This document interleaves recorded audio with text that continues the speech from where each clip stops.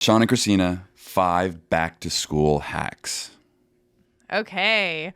This is back to school is happening. One, I would say get back into the routine and schedule of school like 1 to 2 weeks before you go back, so your kids are kind of getting used to the schedule. Yeah. Another one is this time go to the store to do back to school shopping. I could talk more about that later, but there's a reason. We're coming back to that for sure. Make sure you're prepared. Like one thing that we always do is make sure we're setting out like the kids' clothes in the night before, lunches, like everything's kind of ready, water bottles, so that you're prepared. Yeah. Talking to your kids about your experiences as a kid in that particular grade. Mm-hmm. Get to know your teacher and your fellow students, your colleagues in school. Reflect on last year. What worked, what didn't work, so that way you know what to work on this year. Excellent. Okay, I want to ask so many questions about all those. Oh, those were great. Let's start with like talking to your kids about your own experience as you guys think about back to school. Like, does that bring up any memories from your childhood? Yeah, I mean, I think we were in school, so like we experienced it firsthand. Like, there's nothing better than telling someone how you felt in a certain situation. What did it feel like the first 2 weeks in school? Was it anxiety provoking or was it just so much excitement? Tips on how to interact with the teacher, tips on how to introduce yourself, thinking as a fifth grader. When I was in fifth grade, how did I feel? And what obstacles did I have? If you can give them that insight and telling them it's okay, they're going to go in so much more prepared. And just like the nostalgic memories of back to school shopping, I think that is one thing I loved doing, preparing for getting back to school is back to school shopping. And my mom's favorite store was Mervyn's, and Mervyn's does not exist anymore, but it did at the time. And she would take us to Mervyn's. We'd each get to pick out our own outfits and then pay less for the shoes. Yeah, good old Payless. Payless, BOGO. And it was like so fun, and then you're excited to go back to school because you picked out your clothes and you get to wear your outfit you picked out. And so it adds like a level of excitement to where the kids want to do it. Yeah, we went to Mervyn's because they had a husky section. Oh my gosh. I thought you were talking about the dog. I was no. What are you talking about? Yeah, they were ahead of their time. Yeah. They had that plus section. That plus size. Yeah, I'd be looking for clothes, and I was tall too. I was really tall for my age, but I was also a bigger kid and my whole life. And I'd go find all these clothes, and my mom's like, well, these are nice, but let's go over to, they actually had husky jeans. So like, that's why we went to Mervyn's. Wow. Huh, that's funny that we both shopped at Mervyn's. Yeah, we didn't know each other. We were meant to be. I'm telling No, you. because of Mervyn's. Mervyn's. I mean, It's got to be it. It's got to be. Yeah.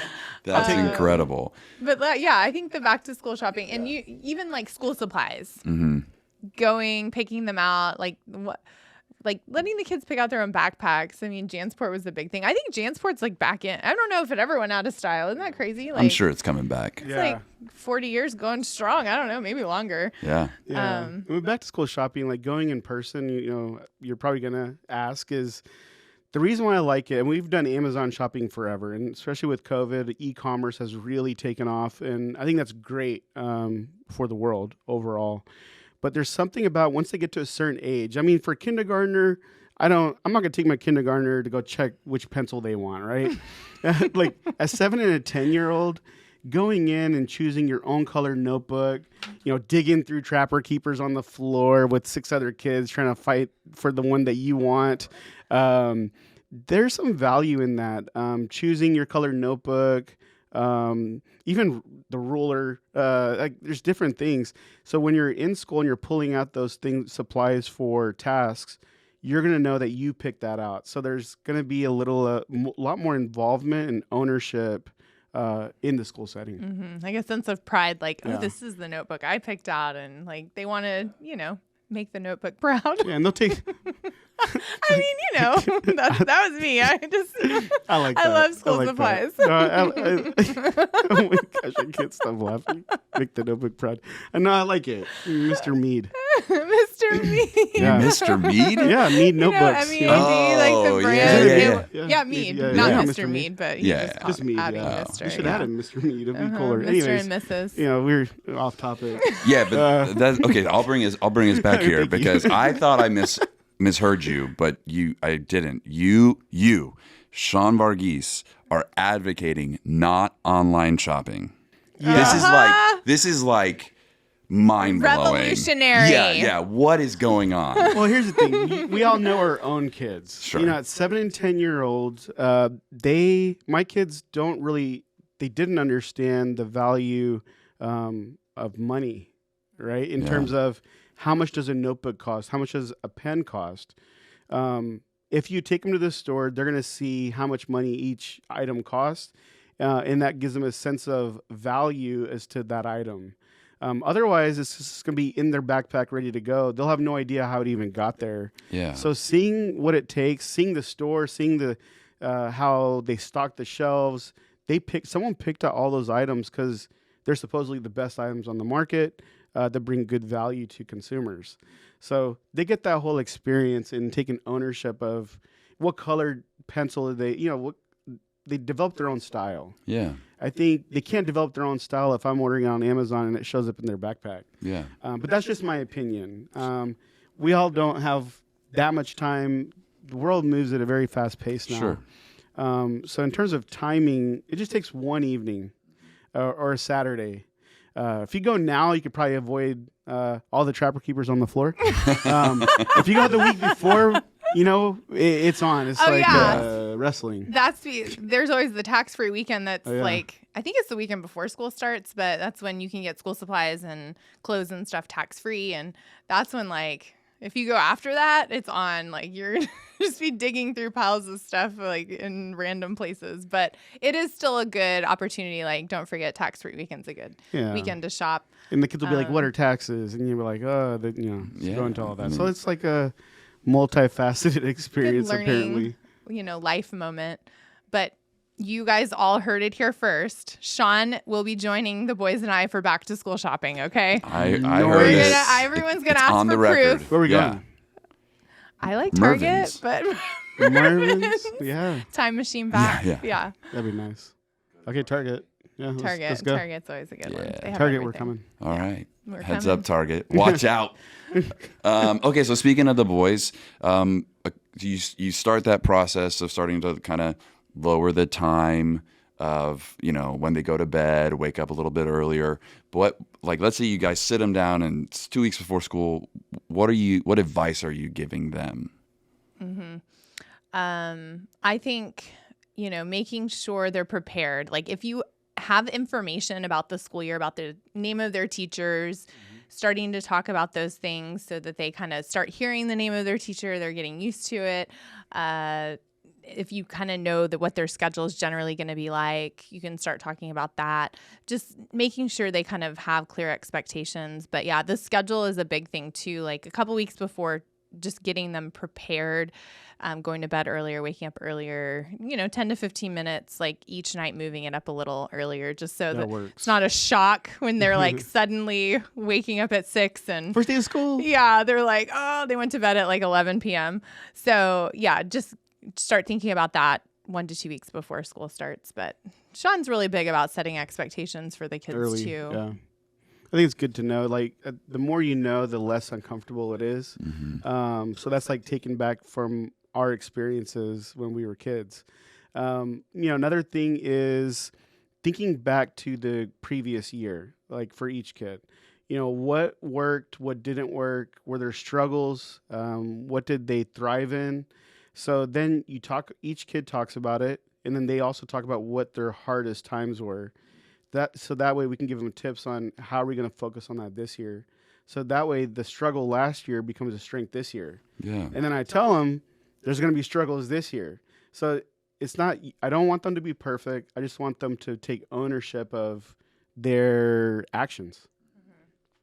and do the best they can, right? Like we never, tell them we expect a certain grade or, specific things, but like try your best and everything, and we're happy. Yeah, respect and treating people equally.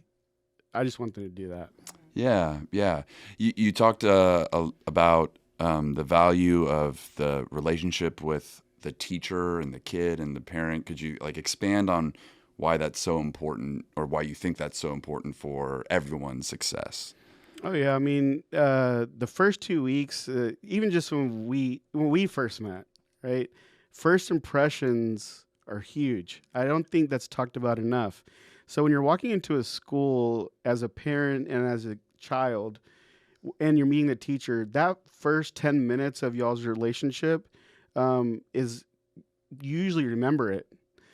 So setting up something positive, not talking negative, and then building that connection and then building on it will be huge.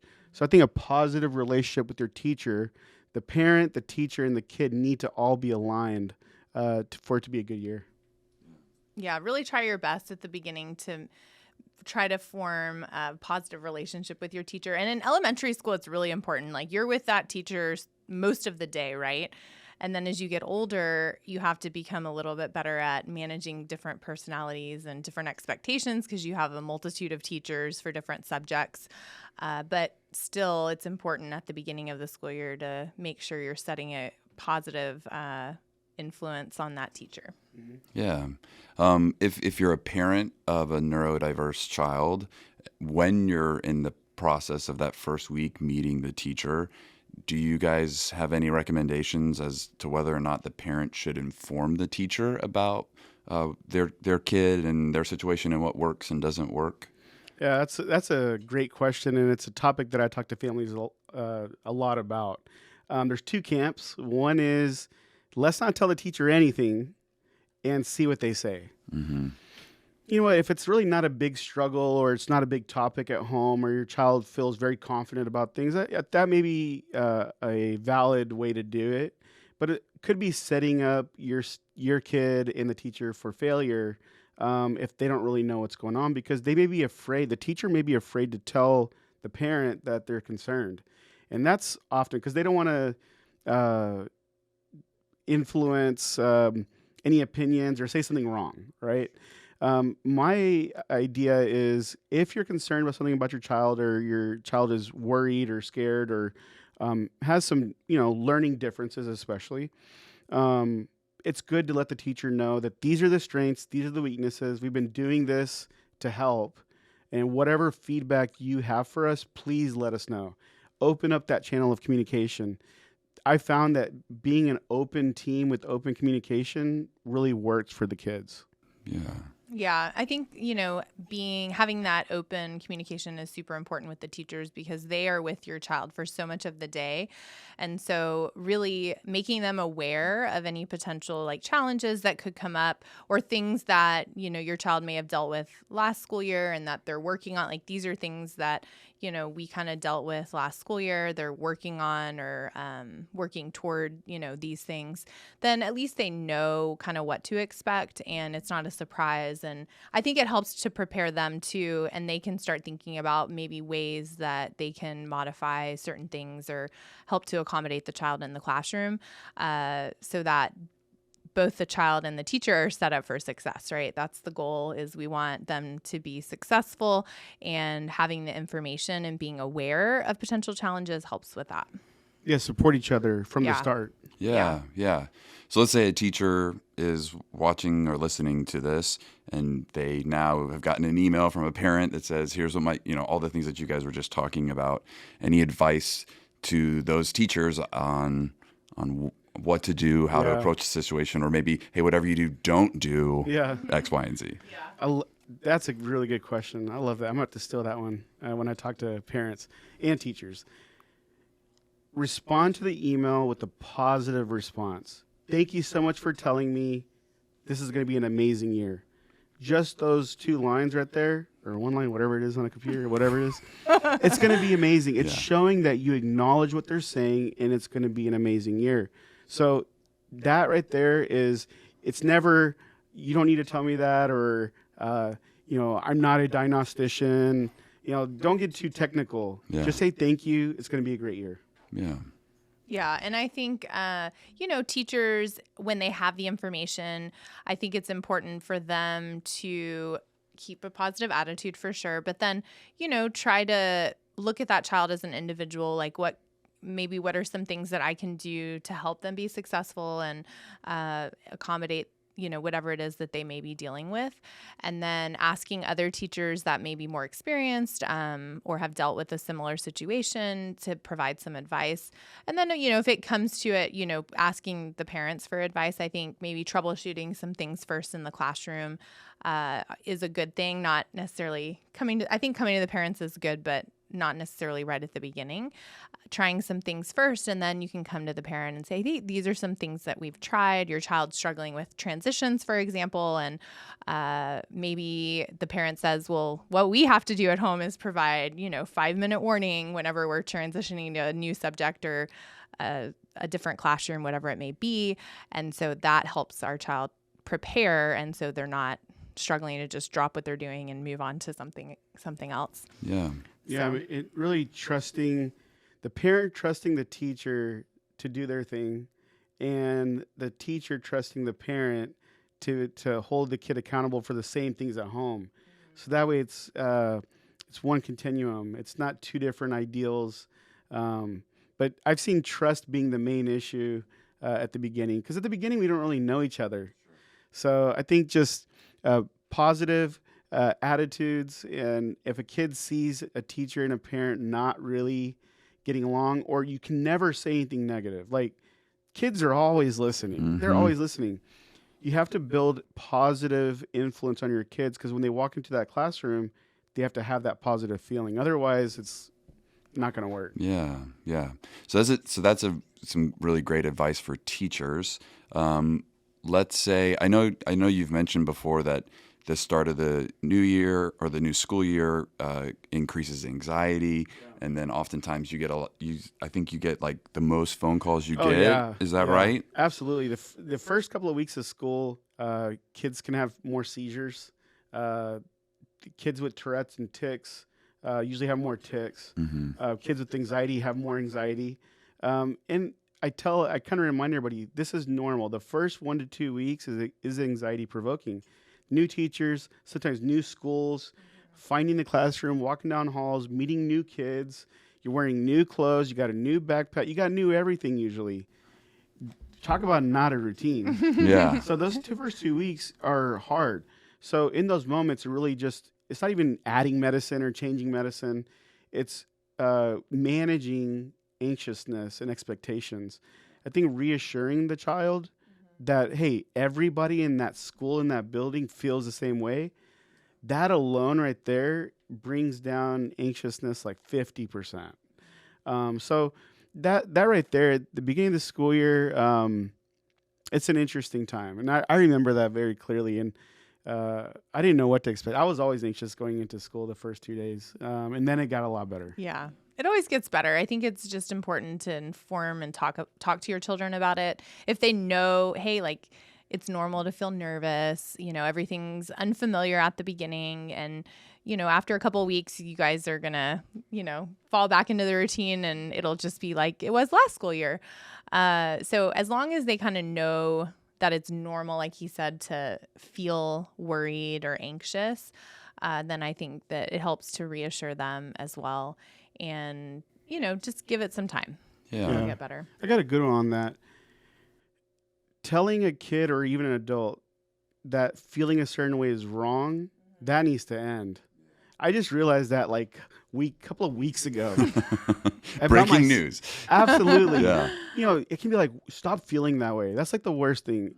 It's okay to feel a certain way.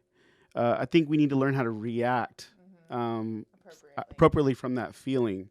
So that way, if you're teaching your kid that at a young age, imagine when they're adults, they're already way ahead. I'm learning it now. And I can tell you it's changed my life. And the way I parent, I tell them it's okay to be upset, or it's okay to be excited or sad. They're like, huh? What? And then I'm like, well, you feel that way, but how are you doing in the situation, right? Yeah. So that right there is a big deal of talking about the emotion, saying it's okay. A lot of people feel that way, and then what do we do next? It's a much more controlled way of handling it. Yeah, for sure. In those first couple of weeks that are quickly approaching, like you said, Jeez. it's already It's happening. you're in the car, you're asking Blake and Chase how the day's going or how's school going, and they kind of nonchalantly or just whatever throw in, yeah. And I noticed one of my classmates, he does this thing with his eyes where and like he has a tick or something. Yeah. And they're just telling you about the day. Like, how do you advise, how should parents advise kids who might have classmates that are neurodiverse on the best way to like be a great human with those kids? I love that. I tell my kids and pretty much everybody I meet, we all have something. You know, the first time I told my parents, my kids that, they're like, what? I was like, yeah, actually, you got this, and you have this. They're like, I'm not. Yeah. But it's the truth. Diagnosing them when they were Yeah, babies. exactly. Yeah. Right. And, you know, I think knowing, and I think it's important for our kids to see other children that may be struggling or feel like they can't have a voice, and go talk to them, spend time with them, introduce yourself, just asking, are you okay? And then that just open-ended questions. You don't need to go tell your whole life story to them, but like, are you okay? What do you need? And then get to know them. I think, you know, in high school, one of my best friends had autism. I didn't know about autism when I was in high school. I was the only person that he talked to all 4 years. He's now a software engineer. He was amazing at math. And I remember seeing that he was different, but not in a mean way. In a different, because I wanted to get to know him. And so I think that became a strength for me, is I got to know somebody that's very successful now that didn't really fit into the norm at that point. And the only reason why we're friends now is because I went up to him and say, what do you need? Are you okay? Yeah. And I played basketball with his brother, and, you know, we really got to know each other. So get to know everybody, regardless of who they are, where they're from, what they look like. That's something we got to teach our kids young, or they'll never learn. So it's not just about neuro, it's everything: ethnicity, financial, economic. It doesn't matter. Yeah. If you want to do something, you're going to do it, and you should do it together. Yeah. Really including everyone, right? Yeah. Like, don't set anyone apart. And yeah, maybe they have a different style of clothes, or, you know, whatever it may be. It can be anything, any type of difference. I think it's important to teach your kids to just include everyone, have that respect. Proud parent moment. We were at a water park recently with the boys, and they're old enough now where we let them go wander and ride rides by themselves. Yeah, Awesome. I know, it was Loved it. amazing. We were like, wow, this is She like was- what it's she like was still to snooping on them, though. every once in a while. Sure. But I did just go to the restroom. I was walking back from the restroom. They didn't know I saw them. They were walking up this like ramp, and they were talking to this little boy in a wheelchair that was with his mom. And it seemed there were some rides that were wheelchair accessible, which was nice. But they were like making friends with him, just getting to know him. And later we asked about him. We're like, oh, we saw you talking to the boy that was in the wheelchair. And they're like, oh yeah, he was so nice. We wanted, you know, him to feel included. That's and great. so it made us feel happy, and that they actually do listen to Yeah, us they're sometimes. listening. Yeah, They are listening every once in a while. yeah, every now and sometimes. then. Yeah. When we're not around. Yeah. Yeah. Maybe they watch When the we're- podcast. To other people. Maybe. Yeah. I don't Yeah, I know. don't know. I think when we don't even know they're listening, they Yeah. pretend to Yeah, not listen. that's for but sure. they really No, are. but I think that's excellent advice. Like, a lot of times when you feel uncomfortable, you want to look away. Yeah. And instead, if we can teach our kids to look at them even more Yeah. and like approach them. Yeah. And Go talk man, to them. and Introduce talk. yourself. Talk like you would anybody Anyone else. else. I actually gravitate towards difference. Yeah. Like I really do. Like whether it's a car or a house or a person, like I don't want the same thing as I want it to be different. So, you know, I think I've done good in life because I gravitated towards difference. Yeah. And that's really important because when you're applying for jobs or applying for med school, they're not looking for how are you alike. Yeah. I think I got into med school because I had a different resume and I acted differently. Yeah. I think it worked to my benefit, actually. Yeah. Yeah. Well, and now, I mean, that's hashtag think, Yeah. Yeah. right? Be we're different. different. Yeah. And it's been awesome. You got to embrace it. Yeah. The days of not wanting to be different, if that was a thing, I've never felt that way, but those are gone. If you're not doing things differently, you're not most likely not going to be pushing further, creating new opportunities for others. Otherwise, you're just going to be doing the same, which is okay, but being different's not bad. Christina, you mentioned at the water park that they had some rides that were wheelchair accessible. And so to kind of bring it back to the classroom setting and school setting, do you guys, when you look at how schools are set up and the resources that they have, feel like they're equipped to support kids that are neurodiverse, or are there things that you see that are lacking? And, what would those things be? Yeah, I think there's a lot of variety, right? I think it really depends on your area and where you are. Luckily in Houston, we're in an urban setting, and I think we do have a lot of resources in our local school districts. But there's still differences, right? Like, I have parents that come to me from same school districts, and one school is providing amazing resources, and one, they're struggling to even get any resources. So, obviously, like with anything, it really just varies depending on that specific school, and maybe they just lost, the person that is doing the accommodations or resources or their counselor.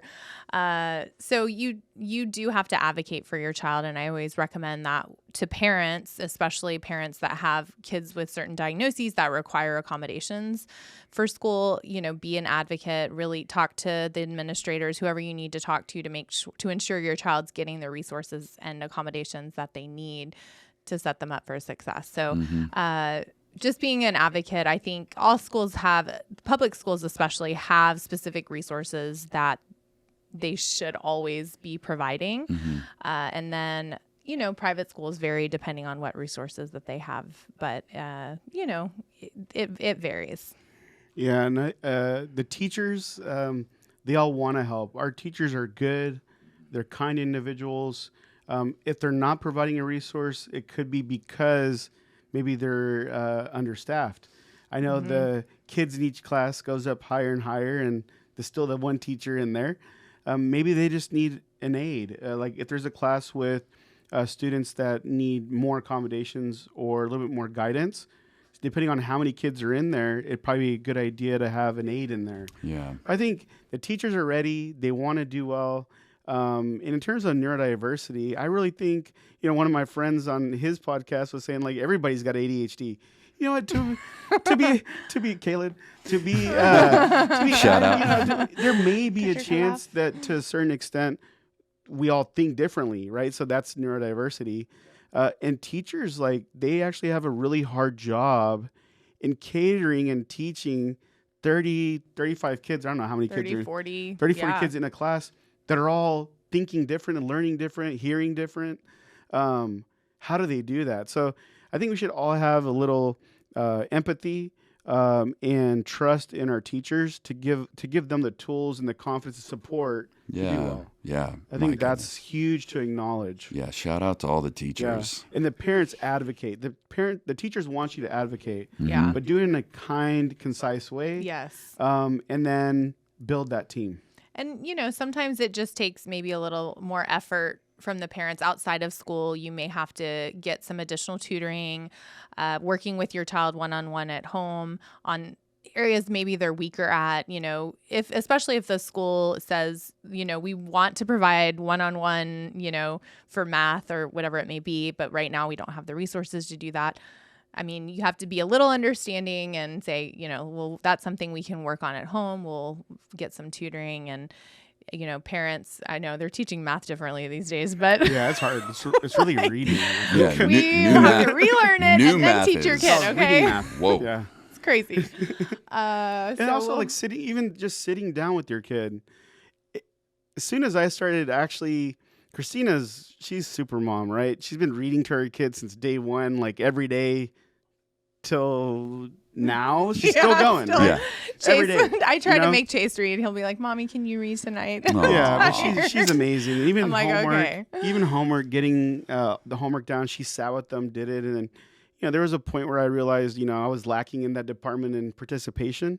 So then I started being more involved, especially as my kids got older.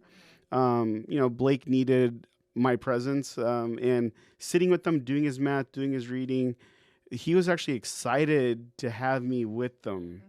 And then I was like looking at his math and I'm like, how do you do this, right? 'Cause it is different. But Yeah. that being said, so he's teaching me how to do it. That means he knows how.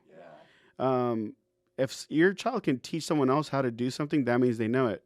It gives them a chance to utilize it in a way that they usually don't get a chance to do it. Yeah. So I think sitting down, getting involved, way life is now, like we always feel like we don't have time. Mm-hmm. We don't have time. We don't have time. And sure, time is our most valuable asset, no matter what. It's more valuable than money, more valuable than anything. Time. So when we have our kids, I mean, when they're 18, maybe he won't want to talk to me. I hope that's not true, but he lives in my house and he needs me now. So be involved. Yeah. No, that brings up a good point. I think, you can help set your child up for success early if you are building that like routine and involvement as parents, especially when they're in elementary school, right? Like you set up that routine. Like when we come in the door, what are we going to do every day, right? Take off your shoes. We take out your lunch, take out your folder binder. Let's see, like, what do we need to get ready for tonight? What's coming up this week? And so if you build that early, it helps to prepare them for success later so that if they're used to doing that every day, then they know. Some kids like never look at their folder binder, right? Right. And then they just show up to school the next day and, oh, I didn't know we had a homework sheet in there, whatever. So if you're teaching them that early, it helps them to be prepared and know what to expect. And that being said, like, I don't want everybody to think that our kids are like their notebooks in a certain nice pile and their backpack is hung on nicely. It's only because I There's do it. stuff everywhere. You Yeah. got the backpack over here. You got the folder over there. You got papers rolling out over here. And you got me thinking, like, what is happening here? And I mean, it'll all come together eventually, but it's really just building a pattern to where at least halfway through the year, it's at least in the same place. Yeah. And I told her, like, boys, socks are going to be over there. Shoes are going to I'm be like, over there. how many times do I need to tell them? He's like, Your it's pants are going to be normal. sitting on the floor like you just like stepped out of them. It's like that's what boys do. And then she's like, what is this? And then Like they have like a hamper, they can just throw it in there. I got like a cute basketball one for Chase with a what's Like it a called? backboard? Oh, That's cool. nice. He Yeah. still doesn't To like put it in there. gamify See, putting that's away his Yeah. laundry, and he still doesn't. Yeah. yeah, I mean, Like Yeah. just throw he's it probably in. admiring the statue of his pants sitting up right now. Ooh, look at that. Yeah. But it's For sure. interesting. I think talking about that Yeah. in organization and what to do, like decompress, like come home and decompress. Like you got Yeah. 15 minutes, do whatever you want. Yeah. Yeah, Yeah. I think that's important because sometimes like as a parent, I'm like, no, let's just get through. You have this many 2 sheets of math or whatever. Let's just get through it. They're like, no, like we're hungry. We want to relax. So yeah, like if you have a set amount of time, okay, let's do 20 minutes. You can have a snack, relax a little, and then we'll start working on homework or whatever it may be. And then with all the activities and stuff now, you just have to try to be as organized and have like a schedule as much as possible so that your kids don't feel rushed. That's one thing we've been working on is not making them feel rushed. Make sure you're waking up early enough to where you have enough time to get through, breakfast, getting dressed, brushing your teeth, like all the things that need to Sure. get done in the morning. Yeah. And at night, like I always put them to bed and we come down and I'm like setting out all their lunches and water bottles and making sure everything's in their backpack. Even now, like for summer camps, I think just having that routine so you're as prepared as you can be. Yeah. I got kind of piggybacking off that 2 things. Last year, our youngest, he's like this guy that acts really tough, right? He's 7. He was 6 then. He was afraid to walk into school. And that happened for like a month or 2. Oh, wow. And it got worse and worse. Like he went to the front door and he stopped. He went halfway up the sidewalk and he stopped. It got to the point where he wouldn't get out of the car. Then I started getting involved because she's calling me and be like, something's up. You know, as a child neurologist, I'm thinking all kinds of things. Yeah. You know, so I started going to school with him in the morning. Like that's a priority. Like something's not right. I made sure he was safe. He was. Made sure anything else was going on wasn't happening. All it came down to is he was nervous because it was a new teacher. That's it. So learning from our past, if your kid is like last year, everything was fine. This year doesn't want to enter the school. There's 2 things that you can do that are just going to save you so much heartache. Talk about things that make them nervous alone. Mm-hmm. How can, you know, is anything bothering you? Why are you scared? And just really ask. Number 2, don't rush them in the morning. Kids that feel rushed in the morning, it makes them really anxious. So really trying to work on those 2 things. And that's probably 90% of why they're not wanting to enter the school. Wow. And then not raising, you know, not making an emotional situation. So Yeah. I guess that's 3. Yeah. Stay But calm. that's huge because, you know, we're both pediatricians. I'm a pedi neurologist. And we're like suffering, thinking something bad is happening. All it was we were hurting him. And number 2, he was anxious. Yeah. It's okay. Yeah. Yeah. I like that you have structure, ask questions, do everything, and then I like also though, but show yourself grace. Yeah. It's going to be chaotic. Yeah. He is going to be, your kid is going to get nervous. Yeah. The checklist isn't going to get done Yeah. every time, Right. and that's okay. Yep. It's That's like so fall, true. just fall forward. Yep. You know, that's kind of the goal. A I like little bit. that. Yeah. Do the best you can, but you know, we're gonna have hard days where you may not get through the checklist, like you said. So that's okay. Just be patient and have some grace, even for yourself. But yeah, oh man, for yourself especially. All right, let's go full circle to wrap up this conversation on back to school. When you guys were in elementary school, did you have a favorite and or least favorite subject? I don't have many memories from elementary school. This is crazy. You Maybe I have remember, you remember ADHD. everything now. Everything. She remembers I do have a good everything now. memory. Yeah. Like more recent stuff, but Sean remembers kindergarten and like who he put his like, Oh, yeah. nap mat next In to. kindergarten, we had nap time. Which is Was amazing. that your favorite subject? Dang, bro. I Hey, love sleeping more than he does. That was a good I one. love sleeping more than he does. You But know what? I like that. I remember during nap time, I'd take my mat, and there's this girl I liked. I used to put my mat next to her every single time. isn't So that the crazy? first thing I would do, and she looked just like hey, Christina. she was Italian. Was she Italian? I think so. Oh my Yeah, gosh. her name was actually Dana. Shout I out. don't know where she is. Shout out name. Dana. Where's Yeah. Dana? Dana, Yeah. are you out there? Yeah. Because I got my man. Oh, No, I want to meet Dana. yeah. But that was a cool. It was a cool memory, right? Yeah. I think that's. But yeah, So maybe he that was my remembers- favorite He subject. remembers elementary school. I don't like kindergarten. That's early. Yeah. It's like 5, 6. Yeah. I think my favorite subject was science because Okay. like experiments and it was interactive and it was fun. At least in elementary school and like college biochem, that was like my least favorite subject of life. Wait, biochem is awesome, by the way. Don't. You yeah. love biochem? Numbers letting people know it's awesome. Just because she doesn't like it, don't. Yeah. It's amazing. So amazing. I'll never do it again. No. Least favorite? I don't know. What was your? I don't know. You like everything. I do. That's my I loved problem. math. I actually loved the competitions at the board. You know, like being the Oh, first to finish. yeah. So I was you say I'm always competitive. Yeah. That started very young. Yeah. My least favorite was social studies or history. Not because of the history itself. It was just a lot of reading, and I didn't know I had really bad inattention at the time.